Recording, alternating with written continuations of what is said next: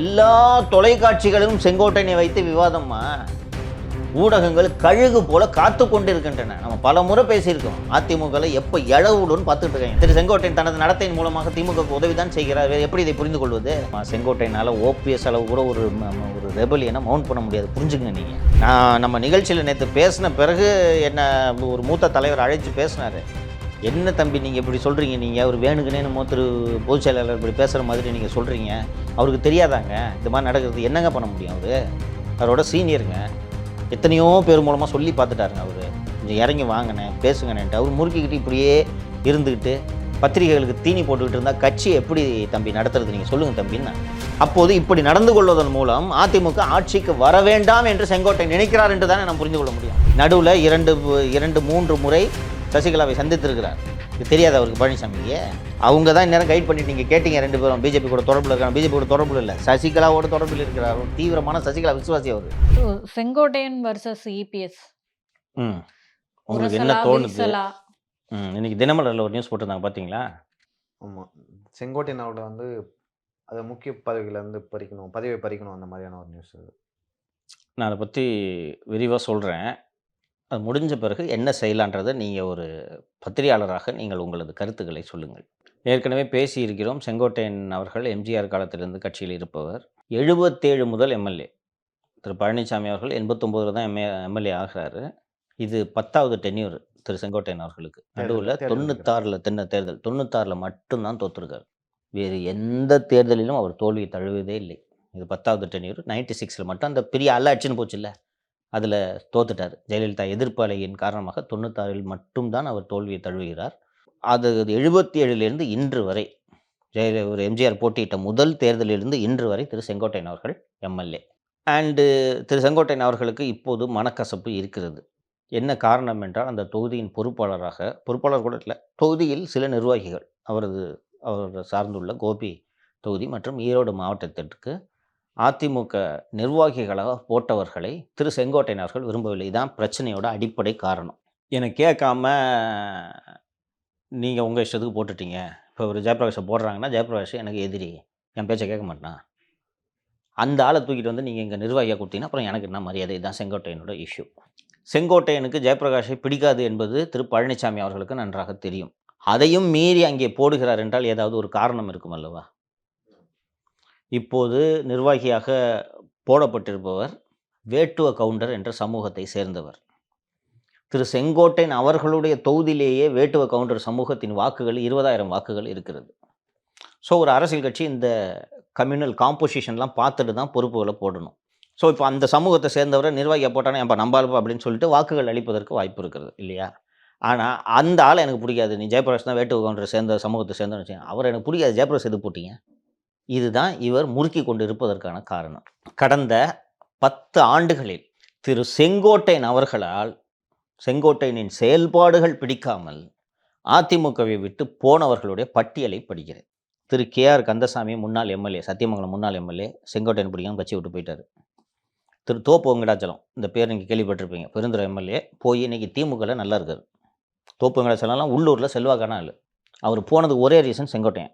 அதே போல் முன்னாள் எம்பி மற்றும் முன்னாள் எம்எல்ஏ திரு வி.கே. சின்னசாமி, அவர் கட்சியை விட்டு போயிட்டார்.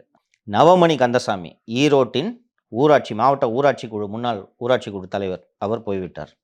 விஜயலட்சுமி டிஎன் பாளையத்தின் ஒன்றிய குழு தலைவர், அவர் செங்கோட்டையன். இப்போ படிக்கிற பெயர்கள் அத்தனையும் செங்கோட்டையன் தான் காரணம் என்று அதிமுகவை விட்டு வெளியே சென்றவர்கள். திரு கே செல்வம் யாருன்னு தெரியுங்களா? செங்கோட்டையனோட சொந்த அண்ணன் பையன், செங்கோட்டையன் சித்தப்பா அவருக்கு. கே செல்வம் அவர் வெளியே போய்விட்டார். ஓஎஸ் மனோகரன் டிஎன் பாளையத்தின் ஒன்றிய செயலாளர் வெளியே போய்விட்டார். காளியப்பன் முக்கியமான ஆளு, கோபி தொகுதியோட நகர செயலாளர், செங்கோட்டையன் தான் காரணம் என்று சொல்லிவிட்டு வெளியே போய்விட்டார். செல்வம் கோபியின் நகரமன்ற செயலாளர். சிந்து ரவிச்சந்திரன், இவரை பற்றி கடைசியாக சொல்கிறேன், அவர் அதிமுகவின் மாநில வர்த்தக அணி செயலாளராக இருந்தார். சிந்து ரவிச்சந்திரன் யாருன்னு கேட்டிங்கன்னா இவர் தான் திரு செங்கோட்டையன் அவர்களோட பிஏ. மிகவும் சாதாரணமான நபர். இன்று இவருடைய சொத்துக்கள் மட்டும் 200 கோடி இருக்கும். செங்கோட்டையனால் சம்பாதித்தார். இவரோட செயல்பாடு பிடிக்காமல் திமுக இந்த கவர்மெண்ட் வந்த உடனே முதல்ல போய் திமுகவில் சேர்ந்தது இந்த சிந்து ரவிச்சந்திரன் தான். இன்றைக்கி மிகப்பெரிய கோடீஸ்வரர். கேவி சின்னசாமி, இவர் பிரைமரி அக்ரிகல்ச்சரல் கோஆப்ரேட்டிவ் பேங்க்னு பிஎஸ்சிபின்னு சொல்லுவாங்கள்ல, அந்த வங்கியின் அதிமுக சார்பாக அந்த வங்கியின் தலைவராக இருந்தவர். சத்தியமங்கலம் ஒன்றிய கழக செயலாளராக இருந்த வரதராஜன் போய்விட்டார். அப்புறம் அதிமுக இளைஞரணியின் மாவட்ட செயலாளராக இருந்த திரு எஸ்பி ரமேஷ் அவரும் வெளில போயிட்டார்.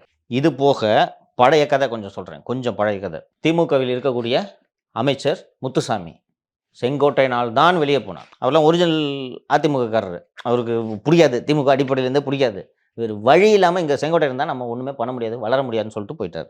என்ஆர் கோவிந்தராஜ் முன்னாள் எம்பி, முன்னாள் எம்எல்ஏ திரு பிஜி நாராயணன், திருமதி கலைவாணி விஜயகுமார் முன்னாள், அப்புறம் ஈரோடு 2006 அதிமுக சார்பாக ஈரோட்டில் போட்டியிட்ட அதிமுக முன்னாள் வேட்பாளர் திரு சிவகுமார், கோபியின் நகர கழக செயலாளர் திரு நாகராஜ். இவர்கள் அத்தனை பேரும் கிட்டத்தட்ட 20 பேருக்கு மேலே வருது. இவங்க அத்தனை பேரும் அதிமுகலேருந்து வெளியில் போனதுக்கு ரீசன் திரு செங்கோட்டையன். செங்கோட்டையன் அப்படி என்ன சார் பண்ணாரு? ஒவ்வொரு அரசியல்வாதிக்கு தன்மை இருக்கும்ல, பார்க்குறது இல்லை, பேசுறது இல்லை. என்னை கேட்காம நீ ஒரு பேனர் வச்சா கூட அவன் மேல் நடவடிக்கை எடுன்னு சொல்கிறது, யாரையுமே கட்சியில் செயல்பட விட்றதில்ல, கட்டுப்பாட்டில் வச்சுருப்பாங்க. நீ என்ன மீறி செஞ்சிருவியா? நீ எனக்கு அடிமையாக நீ சேவகம் செய்பவர்களுக்கு தான் கட்சியில் பதவின்னு இருந்தா எத்தனை பேர் எத்தனை நாட்களுக்கு எந்த பொறுத்து? தொகுதி சார்? எந்த மாவட்டத்தில் எந்த தொகுதி? அவர் ஈரோடு மாவட்டம் கோபி தொகுதி. அவர் கோபின்றது ஒரு திரு செங்கோட்டையன் அவர்களோட தொகுதி. அதில் ஈரோடு மாவட்டத்தில் 5 தொகுதி இருக்குல்ல, 5 தொகுதியில் இருக்குன்னு சுற்றி இருக்கவங்க பூரா போயிட்டாங்க. இன்னைக்கு திரு செங்கோட்டையன் அவர்களுக்கு ஈரோடு மாவட்டத்திலேயே செல்வாக்கு இல்லை, கோபியில் மட்டும்தான் அவருக்கு செல்வாக்கு இருக்குது. ஈரோடு மாவட்டத்தில் இருக்க எல்லா தொகுதிகளும் திரு செங்கோட்டையனால் பலவீனமாகி கொண்டிருக்கிறது. கட்சியின் கொங்கு பகுதி அதிமுகவின் கோட்டைன்னு சொல்லிட்டு இருந்தால் இன்றைக்கி அது கலகலத்து கொண்டு இருக்கிறது என்பது யதார்த்தம். ஒரு கட்சியோட பொதுச் செயலாளர் திரு பழனிசாமி என்னப்பா பண்ணணும் சொல்லுப்பா? சீனியர் தான், அதை எப்படி பலப்படுத்தணுமோ அந்த வேலையை தானே பார்க்கணும். சீனியர் தான், என்ன பண்ண முடியும்? அதுக்கு போலீஸ் டிபார்ட்மெண்ட்டில் இது நடக்கும், அவ்வப்போது நடக்கும். இது ஒரு 50 வயசு இன்ஸ்பெக்டர் இருப்பார், 45-50 வயசு இருக்கும். புதுசாக ஜாயின் பண்ண சப் இன்ஸ்பெக்டர் போட்டு கண்ணா அப்படின்னான்னு திட்டி விரட்டுவார். அது போய் எக்ஸாம் எழுதிட்டே இருப்பான். போய் குரூப் 1 எழுதி டிஎஸ்பியை வந்து அங்கேயே உட்காருவான். இவர் சல்ட் அடிக்கணும், கஷ்டமாக தான் இருக்கும். குரூப் 1ல் வர்ற டிஎஸ்பியோட வயசு வந்து 25-26 இருக்கும், இன்ஸ்பெக்டருக்கு 50 வயசு இருக்கும். நான் பார்த்து சப் இன்ஸ்பெக்டராக இருந்தவன் பாரு இன்றைக்கி டிஎஸ்பி ஆகிட்டானா அதுக்காக வேலை செய்ய மாட்டிங்களா? பிடிக்கலனா வேலையை எழுதி கொடுத்துருப்போங்க, அப்படி தானே பார்க்க முடியும். அதுக்கு என்ன பண்ண முடியும்? நீங்கள் 70லேருந்து எம்எல்ஏ தான், நீங்கள் பொதுச் செயலாளர் ஆகல. கூவாத்தூரில் நடைபெற்றது பலருக்கு தெரியாது, சொல்கிறேன். இவங்க இந்த வேலுமணி மற்ற அணியினர்லாம் சேர்ந்து இவர் சசிகலா ஆள், இவர் என்னைக்காக இருந்தாலும் டேஞ்சரு, நம்ம கையில் கண்ட்ரோலை வச்சு போடணும். அந்த பட்டியல் இருக்குல்ல, அந்த பட்டியலில் இவருக்கு அமைச்சர் பேரை இவர் பேரை எடுத்துட்டாங்க. இபிஎஸ் அவர்களோட பேரை, செங்கோட்டையன் பேரை. செங்கோட்டையன் என்ன பண்ணியிருப்பார் சொல்லுங்கள்? என்ன பண்ணியிருக்கணும்? தர்ம யுத்தம் நடந்துட்டு இருக்குது, அப்போ என்ன பண்ணியிருக்கணும் செங்கோட்டையன்? என் பேர் ஏன் வரணும் போய் கேட்டுருக்கணும், எடப்பாடி கேட்டுருக்கணும். கேட்டுட்டு என்ன பண்ணணும்? என் பேர் இல்லைன்னா நான் எதுக்கு உங்கள் கூட இருக்கணும், நேராக கிளம்பி பன்னீரை பார்க்க போகிறேன்னு கிளம்பியிருக்கணும். கரெக்டா? ஆடி இருப்பாங்க அன்றைக்கி, உண்டா இல்லையா? ஆமாம். அழுதுகிட்டே வெளில போனார். நடந்தது ஊரே பார்த்துச்சு, கோவத்தில் இருந்து அத்தனை பேரும் பார்த்தாங்க, மறுக்க முடியாது. இது ஒரு லீடருக்கு அழகா? அன்னைக்குள்ளே நீங்கள் ரிவோல்ட் பண்ணியிருக்கணும். என்னம்மா நினச்சிட்டு இருக்கிறீங்க? 77லேருந்து எம்எல்ஏ நான், என்னை விட்டுட்டு நேற்று வந்து எடப்பாடி பழனிசாமி எப்படி சிஎம் ஆகுறீங்க நீ அன்றைக்கி கேட்டுருக்கணும்ல. இன்னும் 10 வருஷம் கழித்து என்ன நடக்கும்ன்றது எல்லாத்தையும் உத்தேசித்து அதற்காக திட்டமிட்டு தயார் நிலையில் இருப்பவன் தான் தலைவனாக முடியும். செங்கோட்டையனை கூப்பிட்டு சிஎம் ஒன்று முடிவு பண்ணிட்டாங்க. செங்கோட்டையன் சிஎம் இருக்க வேண்டியது. இப்போ சொல்கிறேன் நான், கூவத்தூரில் இவங்களுக்கு கன்விக்ஷனு, சசிகலா கன்விக்ஷனு, ஷி ஹாஸ் டு சரண்டர். நமக்கு விசுவாசமாக இருக்கிற ஒரு ஆளுகிட்ட நம்ம கட்சியை ஒப்படைச்சிட்டு போகணும், ஆட்சியை ஒப்படைச்சிட்டு போகணும் அப்படின்னு யாருன்னு பார்த்தா பெஸ்ட்டு திரு செங்கோட்டையனை கூப்பிட்டு எனக்கு சிஎம் ஆகிட்டீங்களான்னு சொன்னோன்னே சரிட்டு முடிவாயிடுது. தினகரன்லாம் இருக்காது, இப்போ முடிவாயிடுது. சரி செங்கோட்டையனை சிஎம் ஆகிக்கலான்னு சொன்னோன்னே எம்எல்ஏங்கெல்லாம் தூண்டி விடுறாங்க. ஐயோ இல்லை இது ஒன்றும் சரிப்படாது, நாங்கள் போகிறோம், தர்மத்துக்கு போகிறோன்றாங்க. போனோன்னு ஏய் இருங்கப்பா பறகாதீங்க, என்ன வேணும் உங்களுக்குன்னா ஆளுக்கு 3 கோடி கொடுன்றாங்க எம்எல்ஏ. அதான் ரேட்டு. தர்ம யுத்தத்தில் கலந்து கொள்ளாமல் இருப்பதற்கு தலைக்கு 3 கோடி. அவரும் துட்டு கொடுத்தாரு, அவர் 1 கோடி. சரிங்க போல, அவர் 3 கோடி கொடுங்கன்னு சொல்லிட்டு கேட்ட உடனே செங்கோட்டையனை கூப்பிட்டு பாருங்கள் ஒரு சிஎம் ஆக்குறோம், 3 ரூபா கேட்குறாங்க எல்லாம், எப்போ கொடுப்பீங்கன்னு கேட்டோன்னே அம்மா என்ன சிஎம் ஆக்குன டேட்லேருந்து 1 வாரத்தில் கொடுத்துரு அப்படின்னு செங்கோட்டையன் சொல்கிறார். அது ஒரு ரீசனபிள் டைம் இல்லையா? சொன்ன உடனே சரிங்க 1 வாரத்தில் கொடுத்துருவோன்னு சொன்ன உடனே சரிண்டு கொஞ்ச நேரம் கம்ப்யூட்டர் இருந்தாங்க. 1 வாரம்லாம் வெயிட் பண்ண முடியாது, அங்கே தர்ம யுத்தத்துக்கு டைம் போயிட்டுருக்கு, நாங்கள் போகிறோம் அப்படின்றாங்க. திரு எடப்பாடி பழனிசாமி அப்போது நெடுஞ்சாலைத்துறை மற்றும் பொதுப்பணித்துறையின் அமைச்சர். தமிழ்நாடு பூரா கான்ட்ராக்டர்ஸ் இருப்பாங்களா? ஏற்கனவே எல்லாத்தையும் சொல்லி துட்டை ரெடியாக வாங்கிட்டாங்க. யார்? பழனிசாமி. அப்புறம் இவர் செங்கோட்டையன் வந்து 1 வாரத்தில் கொடுக்கணும். எப்போ 1 வாரத்தில் ரூபா வந்துடும்னா செட் ஆகாது, இப்போ துட்டை எடுத்து வை, இல்லைன்னா நாங்கள் போகிறோன்றாங்க எம்எல்ஏஸ். அப்போ சரகருக்கெல்லாம் வச்சுருக்கோம், அதெல்லாம் பத்தாது, எடுத்து வைங்க இப்போ என்று சொன்னவுடன் என்ன செய்வது என்று அவர்கள் யோசித்து விட்டு, அப்போது தான் எனக்கு சரியாக நினைவில்லை, ஒரு தலவாய் சுந்தரம் என்று நினைவு. இப்போ ஒரு டிடி விட்டு சார் நம்ம பொதுப்பணித்துறை அமைச்சர்கிட்ட சொன்னால் அப்படின்னா இவங்களுக்கு என்ன பயனா, நம்ம ஜெயிலு விட்டு ஆட்சி போயிட்டோம், பிஜேபி அங்கே இவங்களை கபலீகரம் செய்ய காத்திருக்கிறது, எப்படியாவது ஆட்சியை காப்பாற்றணும். அப்போ வந்து திரு பழனிசாமியை கூப்பிட்டு என்னங்க நீங்கள் என்னென்னா அம்மா 1 மணி நேரத்தில் கொடுத்துறேன்றார். எப்படி எப்படிங்க நீங்க ஏமா அதை பத்தி கவலைப்படுறீங்க? 1 மணி நேரம். இந்த இந்த நானும் ரவுடி தான் படம் பார்த்துக்கிறீங்களா? ஆ? நானும் நானும் ரவுடி ரவுடி தானே. தான். ஆ, யாரையோ கடத்தி வச்சிருவாங்க. விடுன்னா பணத்தை நான் போய் எடுத்துட்டு வரேன்னு சொல்லிட்டு விஜய் போயிடுவான். போயிட்டு எடுத்து வந்து குத்துறான். டேய் நான் வந்து உங்ககிட்ட 12 லட்சம் எவ்வளோ லட்சம் தான் அதான் கேட்டேன். 8 லட்சம் கேட்பான், 10 லட்சமா 10 எடுத்துட்டு லட்சமா வந்துருவாரு. எங்கடா எங்கடா எடுத்துட்டு வந்தேன்னு கேட்டேன். ஆனா அள்ளி போட்டு அள்ளி போட்டானேண்டா அள்ளி போட்டு எடுத்துட்டு வந்தேன். அந்த மாதிரி தான் நீங்க சொல்ற கதை. 1 மணி நேரத்துல கொடுத்துறேம்மா. அன்று சொன்னதும் கொடுங்க அப்போ அப்படின்றாங்க. ஒருவேளை கொடுக்குறாரா இல்லையான்ட்டு எங்களுக்கு தெரியல. கொடுத்தாரு 1 மணி நேரத்தில். எல்லாம் வீட்டிலேருந்து ஃபோன் வருது. சார் அது இதுன்னு அமைதியாயிட்டாங்க. உங்களுக்கு நல்லா இன்னைக்கு நான் இந்த கதையோடு சேர்த்து அந்த சசிகலா எடப்பாடியை தட்டி கொடுப்பாங்க தோல்ல. அந்த ஃபோட்டோ ஞாபகம் இருக்கா? இமேஜ் ஞாபகம் இருக்கா? இப்படி நிற்பார் பழனிசாமி. பெருமை உங்களுக்கு. காப்பாற்றியாச்சு ஆட்சியை.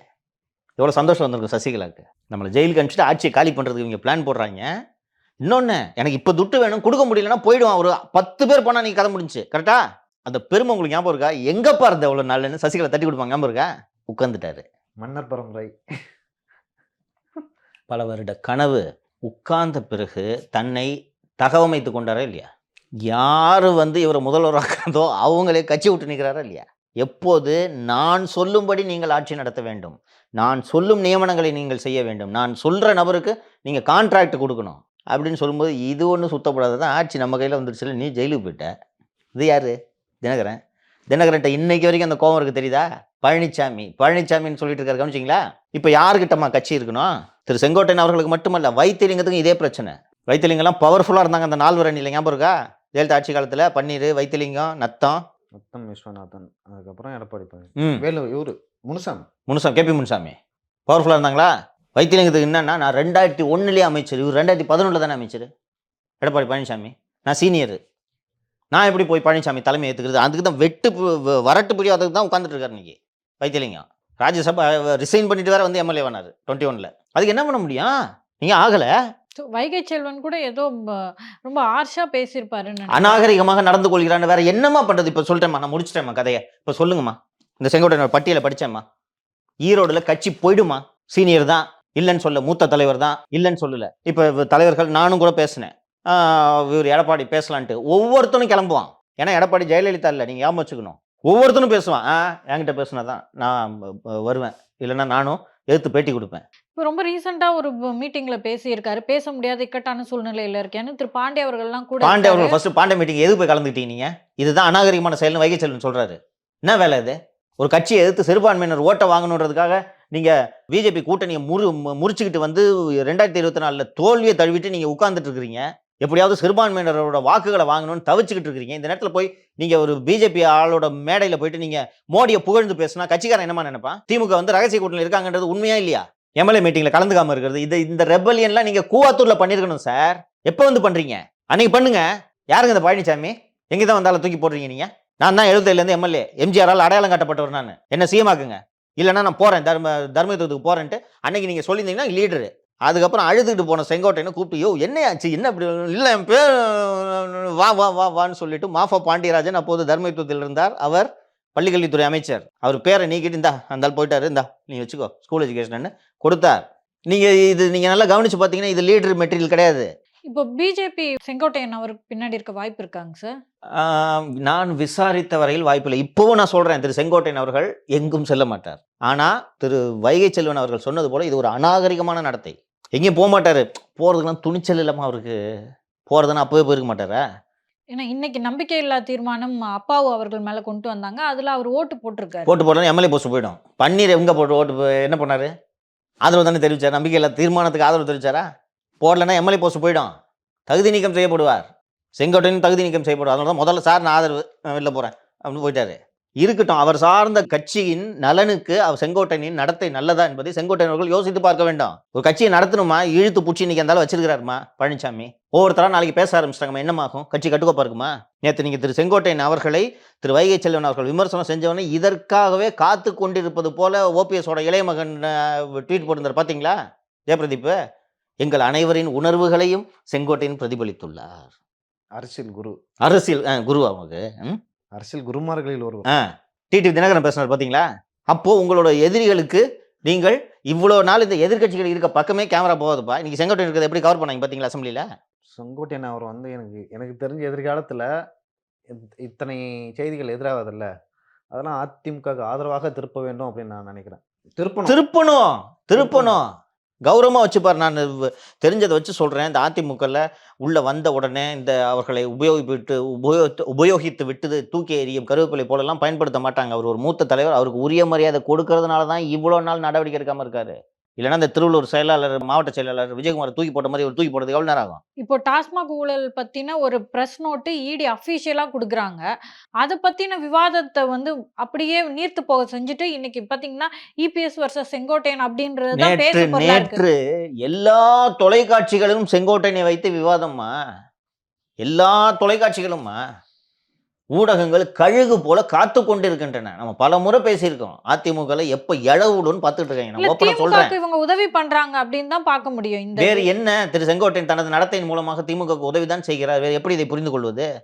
சரி, நான் ஓப்பனா கேட்குறேன். தனியா நின்னு உங்களால ஒரு ரெபல்லியனை மவுண்ட் பண்ண முடியுமா? அரசியல்ல இதுதான் செய்யணும், அதுதான் செய்யணுன்றதெல்லாம் எதுவுமே கிடையாது. எது வேண்டுமானாலும் செய்யலாம்.